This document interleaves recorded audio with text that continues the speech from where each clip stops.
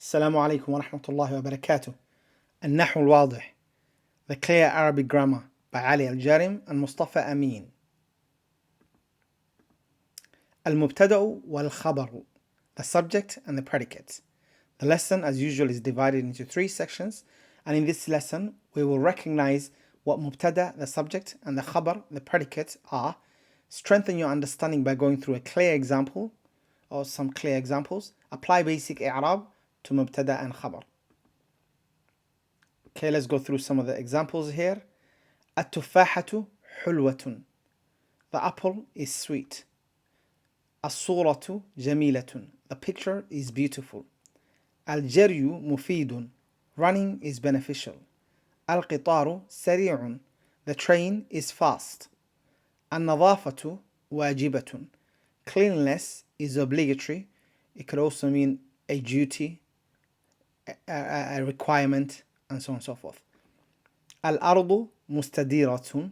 The earth is round. القواعد. Now that we have seen some examples, let's look at the qawaid, the rules that help us identify مبتدأ and خبر. المبتدأ اسم مرفوع في أول الجملة.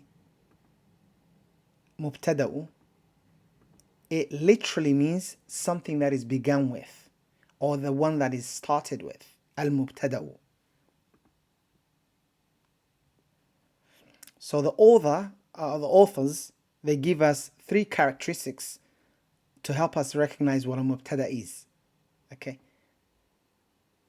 A noun, that it's in the nominative case, that it comes at the beginning of the sentence.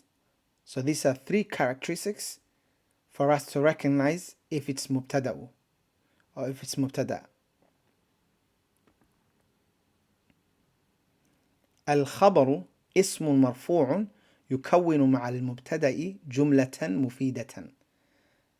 Again, the authors, they give us 3 characteristics. But khabar literally means the news or the information. Again, they give us 3 characteristics. So the khabar is a noun in the nominative case. يكون مع المبتدأ جملة مفيدة. Together with the mubtada, so khabar plus mubtada forms a complete meaningful sentence.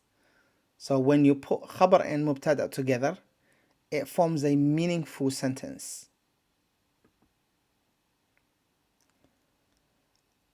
Okay, let's go through 3 sentences and see if they meet the 3 conditions for mubtada, which were that it is a noun, it's in the nominative case, marfūዕ, and it comes at the beginning of the sentence. So let's start with the first sentence. أكل فريد. Is Farid a noun? So Faridun, is it a noun? Yes, it's a noun. Is it in the nominative case? Yes, it is in the nominative case. Notice here, the dhamma, note the dhamma, this gives away that it is in the nominative case. And does it come at the beginning of a sentence? No, it doesn't. As you can see that it's preceded by the verb. So akala faridun. Does this meet the requirements or the conditions for mubtada? No.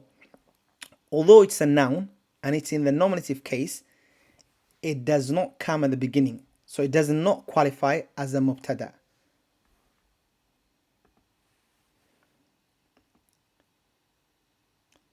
Okay.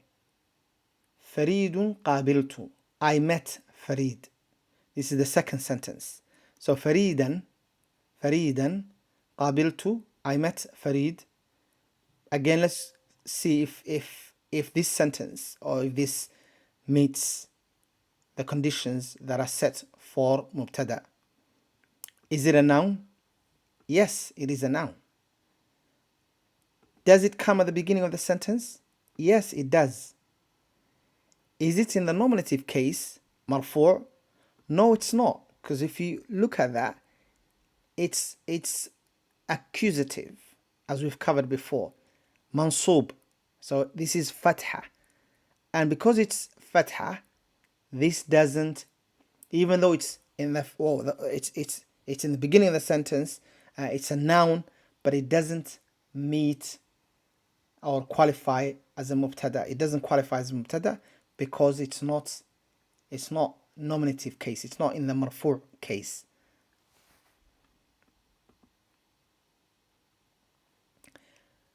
الثوب نظيف. The dress is clean. الثوب. Okay. Is it a noun? Yes, it's a noun. Is it in the nominative case? Yes, because you can see that it's a dhamma. Does it come at the beginning of a sentence? Yes, it does. So this sentence meets all three conditions. So الثوب is mubtada and نظيف is the khabar. Okay, so this meets all three conditions. So this is called mubtada.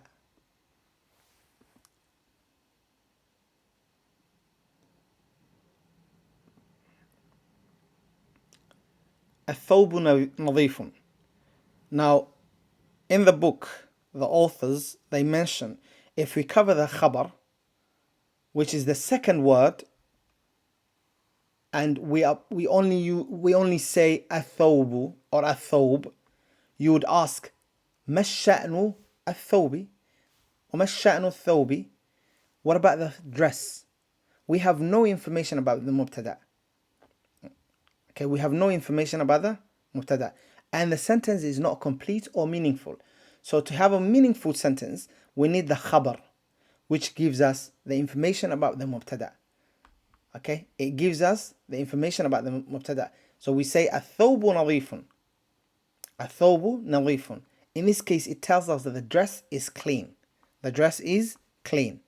And now it's a meaningful sentence. So when you put together the mubtada plus the khabar, you get a meaningful sentence. So what benefits us in the second noun, these ones, okay, or the khabar, in each sentence, it's the one that tells us about the, maybe like the sweetness of the apple, the beauty of the picture, and the benefit of running. Okay, this is how we know that التفاحة حلوة, الصورة جميلة, الجري مفيد. So it's the one that tells us about the sweetness of the apple, the beauty of the picture, and the benefit of running. Therefore, the second noun is called the predicate, khabar. And if we observe the end of each of these two nouns in these sentences, we find that it's in the nominative case, marfūዕ, marfūዕ, marfūዕ, marfūዕ, marfūዕ, marfūዕ, marfūዕ. So you will see all of them are in the nominative case. So let's rewind back to the first sentence and do i'rab on it. We know from the previous lesson, i'rab is grammatical analysis, especially focusing on the endings of the words to show their role in the sentence. So we've covered before that we said ismun, like when we're talking about the maf'ul bihi, we said ismun mansubun. Here, because it's a mubtada, we say التفاحة is مبتدأ مرفوع بالضمة. Okay, so مبتدأ مرفوع بضمة.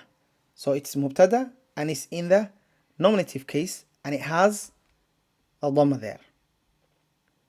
And the khabar, it's the khabar, the حلوة is خبر مبتدأ مرفوع بضمة. So it's خبر مبتدأ مرفوع بضمة. خبر المبتدأ مرفوع بضمة.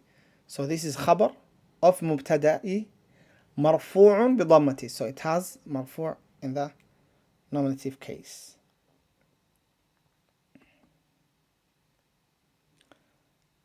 Let's move on to the second sentence and we will apply i'rab here as well and see, and so we can maybe see more examples. So الصورة جميلة. الصورة you know by now, is مبتدأ مرفوع بضمة. جميلة خبر مبتدأ مرفوع بضمة. Okay, and let's look at the final sentence. So now we'll apply إعراب here as well and break it down. So now that we've covered this, for example, the first two sentences, this should be easy for you. الجري is مبتدأ مرفوع بضمة.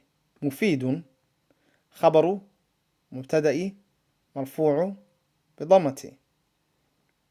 Okay, now that we've covered all these three examples, you can apply إعراب to the rest of the examples on your own. This will help you reinforce your understanding of how the endings of words determine their role in a sentence.